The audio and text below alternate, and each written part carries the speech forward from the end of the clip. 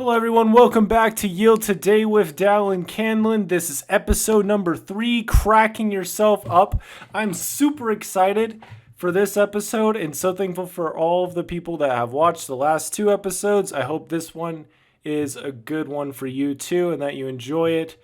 Please comment, follow the show, subscribe, all those things. The show is not available on iTunes yet, but we are recording this episode as a bonus episode for you guys.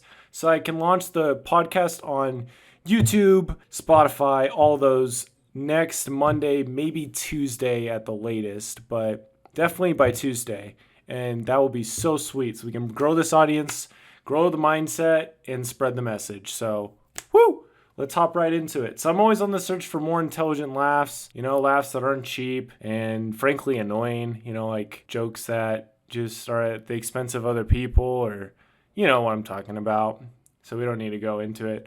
And it's just amazing how I feel like the laughs that are more intelligent are funnier, and they're just great. And it comes from developing a sense of humor, I think. And we all have different senses of humor. I feel like I have a pretty good sense of humor, and it's grown over time. It's become a part of my life. I want to talk about some ways it has become a part of my life. I'm going to give you guys 5 tips, I believe, for how you can do that. I believe that with all of these things, and I'll talk about developing yourself and kind of what, the message of this podcast is that you can yield to other people and help other people. Yes, I envision love demonstrated. You can be a better version of yourself. You can let go of your weak self. I kind of said that a little strong, but you can let go of your weaknesses. You can. Christ says you can do it with his help. You can do everything with Christ's help. And of course he can help you let go of something. It's just like letting go of some Cheerios. Like if you're holding Cheerios, yeah, you can let it go. You might have it in a fist, but you can let it go. It might take a little bit of effort. It might be way more difficult than that. I don't know your situation. But what I do know is laughter will help you. So let's hop right in. Keep in mind your future. You're going to be on Earth for a long time. I was just thinking about this. Even if you're only going to be on Earth for not that much longer, even 10 years, that's still a long time. Now, I had this thought as I was eating some rice that my brother James made because he's staying over right now, which is super fun and awesome. And anyway, the thought is that if this was your last day ever, right? Your last day ever, and you knew it, and something went wrong, like you missed your flight or the Uber guy stole your potatoes, I don't know, something like that. If something like that happened, so like with the Uber guy stealing your potatoes, you would have had to go to the grocery store, and he takes you to the grocery store, and then he takes the potatoes out of the bag when you're not looking, so when you leave, you get home, you don't have potatoes. Yeah, anyway. If that were to happen, you'd be bummed, right? Because this is your last day of life ever. So of course you'd be upset. But it's not your last day of life. You still have a long time. So keep in mind your future. You're going to be, one day you'll look back and laugh. And I've been told that my whole life. And now I've seen myself telling that to other people. Like digging potatoes. My job ended today and I thought I was going to go in today and they called and were like, hey, actually, we don't need you to dig up potatoes. And I was like, all right, that's it. Okay. Anyway, so it's just one of those things. You will look back. I already look back on that job with fondness and thankful for the experiences I had. And I got to tell you, we had some serious laughing moments. It was great. And I was with some good friends. So we laughed. It was great. So, with my life being the entrepreneur life, I don't really know what I'm going to do with this. All I know is I need to share my talents of speaking with people and writing and different things. So who knows where that will lead? And it requires humor. That's what I've learned. And so I'm thankful for the opportunities where my humor has been tested, my faith has been tested, because looking back, it's helped me have a better sense of what's important and what's not, You got to think of yourself sort of like as a lab scientist. I think this is a good way to think about yourself. You think of yourself maybe a little bit smarter if you think of yourself as a lab scientist. So let's say I had a great plan of getting some homework done. This is the story of my life last semester, a couple months ago. And I'd get back from school and I would read a book for 2 hours. And then I wouldn't do any homework. And I'm like, oh shoot, it's 7 o'clock and I haven't done any homework. And I also have this and this to do. And I'm like, well, Dallin, the experimentalist, he kind of messed up. But that's okay, because there's something you learned. You messed up, but that's okay. You're falling forward. It's the Thomas Edison thing. I didn't fail 1,000 times. I found 1,000 ways that didn't work. And that's honestly how my situation has been lately. And I guess with just personal self-development anyway. Sometimes I sleep in. Well, not when I have my job, but you know what I mean. Sometimes I sleep in on my goals. There you go. So I'm not physically sleeping in, but I'm sleeping in mentally. That's a perfect way to look at it. Yes, that is what I do. And I'm trying to wake up. And the podcast is helping me do that. There's a Mayo Clinic study, and there's some really cool stuff in here. I just want to share really fast some things they found out about laughter. Laughter in the short term relieves your stress. It will soothe your tension. In the long term, it will help your immune system improve your mood, increase personal satisfaction, and even relieve pain. I would say that helping your immune system is huge. And I haven't gotten sick since I got back from my mission trip, not once. I've had a cough. And I've almost been home for 2 years. I've had a cough. I've had different things. I feel like I get not a super good laugh, but on most days I get a decent laugh. And usually it's with myself. Haha, even today. Like, I'll tell you real quick. And it's amazing how you can tell how you grow in these things. Because maybe 2 years ago me may not have been so, maybe 3 years ago me wouldn't have been this way. But I was just walking around our house and I was like, what am I supposed to do? I don't have a job. But I wasn't going to get another job, it was fine. Like, today was my last day. So I instantly knocked over the trash can. And I just whoops. And it wasn't that bad. And I was just kind of told myself, oh, Dallin, it's okay. It's okay, man. Whatever. It's okay. And that was my response. So it definitely improves your mood and stuff over time. Let's move into the tips. Well, that was one of the tips, actually. Keep in mind your future. What you're going to do, it does not compare at all to what you're going to do in the future. And you're going to learn from it. You're going to grow, and maybe you'll look back someday and laugh. Make time for the little things. I feel like sometimes I do this and it doesn't go the way I wanted to. But that's okay. You gave it a try. You're willing to try new things. Today I went for a 2-mile run on the track over at BYUI with some shoes I bought yesterday at Ross for $11, which is pretty sweet. It was a little over 15 minutes, which I was pretty happy with, honestly. You don't know how good you'll do until you try. And so I've tried to be the kind of person that will just go out and do it. I've felt prompted in the middle of the night to do things, or right when I wake up, I felt prompted to make as many sandwiches as I had bread. And I ended up giving them away at work. And when I was working at Pathway, and everybody's like, wow, that's so nice of you. And some people had actually answered prayers.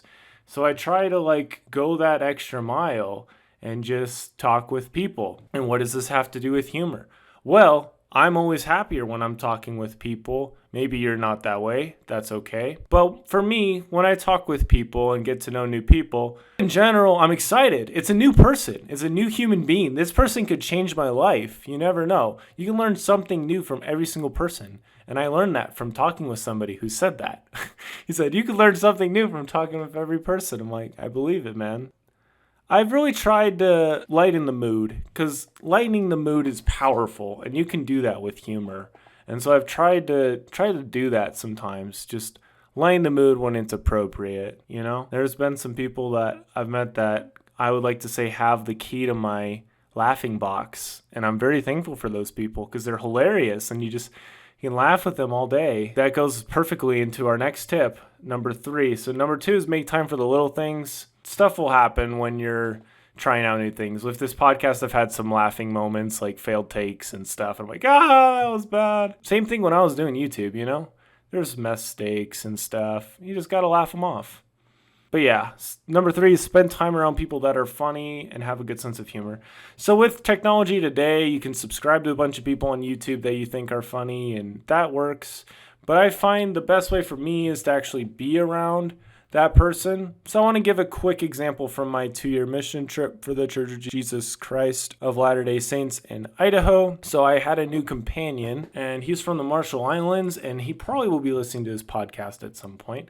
But I love him to death. He's great. And let me tell you about how our first day went. So we got put together as companions, and I'd already met him because we had a baptism where my companion and his current companion had been companions in the past. missionary companions, so we could all be at this baptism together. And our very first day, we were leaving and we were excited. We were excited to go to what they call preparation day and play some football and some other things just at the park. Touch football and frisbee, and I think we played some kickball too, or soccer or something like that. And we locked our keys in the house, and it's completely my fault. We were leaving, and I left my keys on the dresser and shut the door. And I'm like, this is my first day with us as companions, and at the minimum we're gonna be together for over a month. This isn't that great. He laughed his head off. He's like, it's okay, man. No worries, dude. It's all good. It's all good. This is great. This is awesome. And we still talk about it.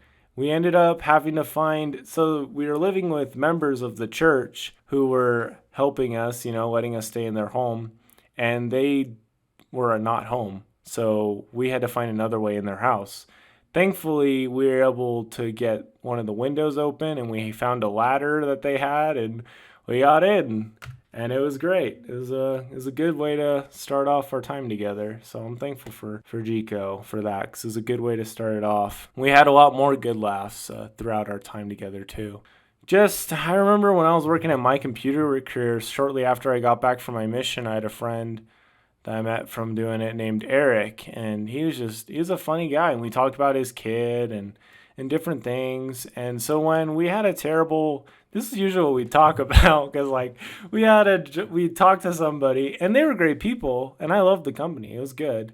They've done a lot of good. But I'd call, and then they wouldn't answer, so I'd be like, Eric, yo, this guy, he said that he was interested, then wasn't interested, or it'd be something I did. I think one time I called this guy, and he's like, hey, call me back at in 2 hours. That'd be perfect, and we can talk about this. And I was like, okay, awesome, man, awesome. And I was excited because I was still learning. I hadn't been there very long. And so I hung up the phone. I was super tired, though. And I might not have been St. Nick's Eric when this happened, but I still remember this well. So basically what we were doing was we were calling, and we were helping people learn about the programs that they had for IT and, building up their resume and different things like that. And I called this guy back 10 minutes later, and he answers the phone, and he's like, who's this? And I'm like, it's Dallin with my computer career. He's like, don't you remember me or something? And I was like, yeah, dude, yeah, I see your name. He's like, don't call me back ever again. What the heck, man? And I was like, wait, what? I'm sorry. And then I hung up the phone. And then I looked at his name, and I was like, oh, shit. Oh, man. This is a funny time. I felt so bad, but I was like, that's all right, Maybe we'll have a good laugh about that if I run into him again. Probably won't. I'd have to recognize his voice, and he'd have to recognize mine, and that'd be kind of weird. Anyway, with my roommates this spring semester, Aaron, I talked about him in the last episode for my mission trip. We've had some really good laughs together, and I'm sure that's helped my mood and everything else that laughter does. Help me be happier. I smile a lot more. The Latin word for smile is riso, which means rising. It rises your mood. It helps you feel better. It really does. And my bishop for the church, the congregation that I grew up in, he'd say laughter is the best medicine, and he would have great laughs. We'd have great laughs together. So that's that. I really hope these tips are helpful in some way. Thank you again for listening. So number 3, spend time around people that are funny, have a good sense of humor, because they'll help you grow, So be that kind of person. That's number 4. So basically, let's hop right in. I go over to this nursing home, and I only go there because one time my congregation was asked to help with the sacrament, which is the passing of the bread and the water. And it's a really special moment of the week to think about Christ and what he's done for us. And when you're doing it with all these older people around you who've been around for such a long time, there's just a special feeling. You just all just feel good. And that's because of Christ and what he's done for you. Of course, when you think about that, it helps you. It always has helped me. I met this lady from there, and she gave me some candy, some M&Ms or something. I always go back to see her, and over time I've developed my resume, not really the right word, but I have a couple people that I go visit at the nursing home now, usually once a week or every other week. And so one time I went over there, and there's this lady trying to get in her car, and I'm like, I should go help her. I'm a pretty able-bodied dude, and she's older. So I went over and helped her out, and she was really thankful. And she said, I'm going to show you this article. And it was an article about her brother who made all these quilts, and it was super cool because even after he's 80 years old, he still made like 300 quilts or something ridiculous like that. I'm like, wow. That is a man who learned how to live, because using your talents at that age, that's what I want to be able to do, is develop so much knowledge and stuff so you can keep sharing it with people and keep growing and stay sharp. Who knows what we'll be talking about in the next 40 years? I don't know.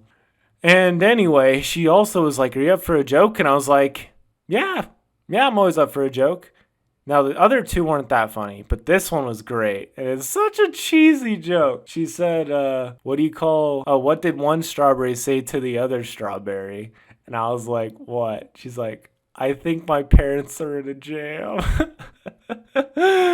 Oh, man. That was good. I just died a little bit, while I was talking to her, and died laughing.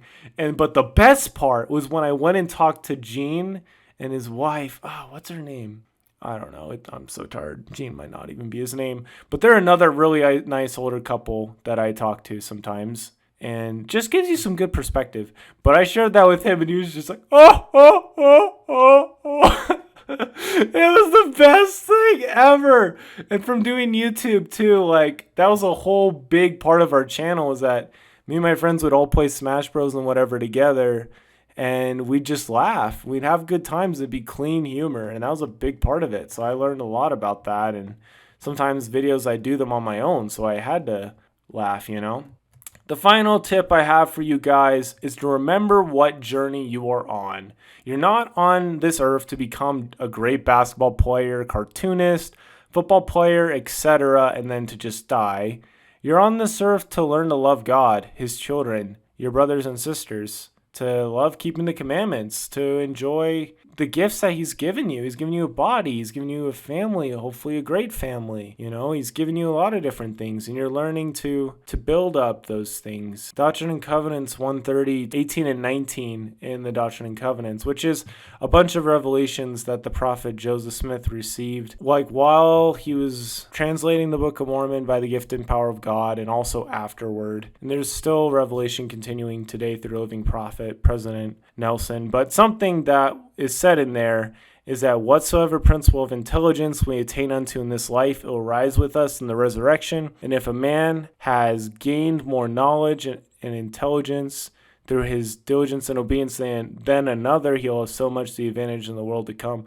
That's really what we're here to do, is to just build our talents and to grow and become better people. And ultimately to live with God again in our families. That's the goal. So, if you mess up when you're writing a book, I'm writing a book, and I've messed up, I miss a day or something. That's okay. My journey in life isn't to become the best book writer in the world. It's to become a father and to serve God continually. Do whatever He wants me to do. I'll go where You want me to go, dear Lord, over mountain or plain or sea.